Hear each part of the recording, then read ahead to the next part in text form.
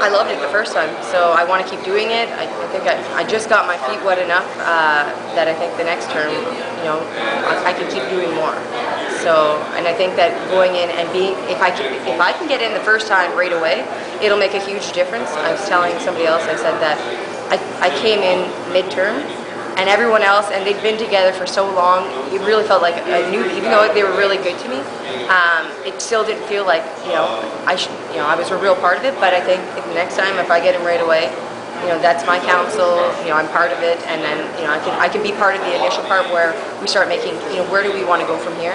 I get to be part of the initial part. So, but no, I absolutely love it. I want to keep going. I think that what this council's done so far, I'm very proud of it.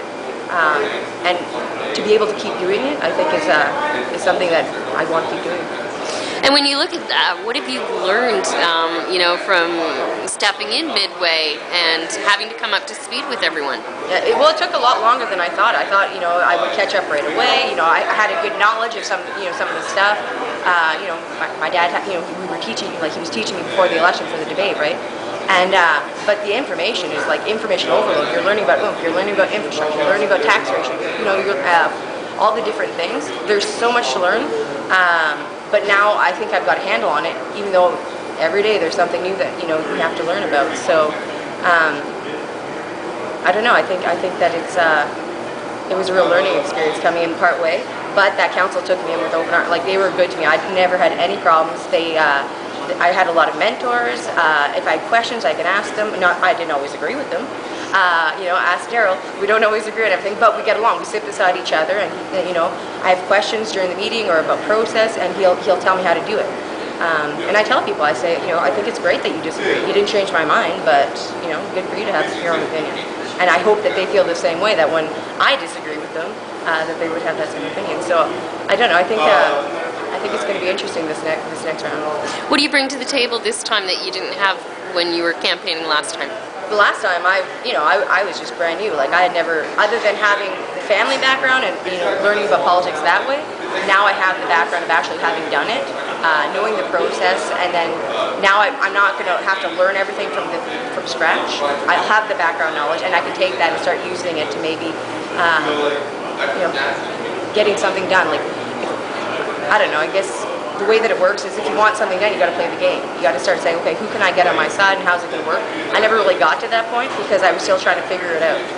So I guess that would be the next step. That when I want something done, that's my next step, is to try to figure out how do I get it done and who can I get on my side, and and actually get something done. So. And those burning issues that you look for, then come the next 4 years. What are they? What is the thing that Tanya Vraybosch Mary wants to see done? I want to see more affordable housing being built. I want to keep being an advocate for it. It's something that we've got to get rid of the stigma on. That it's not bad. It's not. You're not going to have the drug dealers and everything. You could have a grandmother in the house next to you. You can have a working mother, living next to you. But you can have, a drug dealer that owns a house inside you. There's a real bad stigma when it comes to affordable housing, and there's a huge difference between affordable housing and social housing, which we're trying. We have to try to get the message out. The other thing, transit. I tried at the budget this year. It wasn't going to fly, so I let it go, and I'm going to pick that battle next time. But just baby steps. Transit Sunday. You're housebound from 5 o'clock on, pretty much. I want to see one more run go, which was an enhancement that was recommended last year, and I asked for it to be again. Like, I didn't recommend it last time, but I asked for it to be brought up this year, and it didn't get pushed. It didn't go through. But that's something that just baby steps to try to expand our transit system. We're trying to say the environmentally, friendly, go green. We have people that when they're working, at Walmart or the mall shuts down at 5 or 6 o'clock. Well, the buses shut down at 5. So these are people that are making the minimum wage that probably do take transit, and then have to take a taxi or have to buy the car and spend that extra money. When if we had transit systems that would work with our businesses, which I'm not saying it just needs to be tweaked, and I think that we could do one step better. I think we do have a good transit system. I think that we have excellent buses. We're going completely towards accessibility, but I want the hours to start working a little bit more for the people. And looking at this family affair this time around, your brother, yourself, and your dad all running. That doesn't happen very often. No, it doesn't. Actually, last year we got some attention because there was 2 of us. It was father daughter, but now it's father daughter son, and I just lost 3 of my good volunteers because they're all in Toronto. My brother and my 2 sisters, they'll all be helping him. So I just my little campaign just went down 3 people.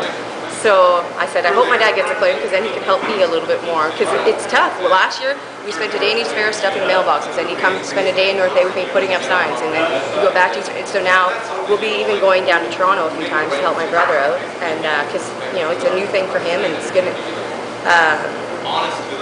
I don't know if it's a little bit tougher because like here that our name is well known, and people tease, oh, you're riding on your dad's tail, coattail, and I said, I accept it. I'm glad to have that name, but he doesn't have the, I guess the brand name to go with it down there, so he's going to have to work a lot harder. So I think we're going to spend a little time down there with him too. So we're going to be spreading ourselves through 3 communities.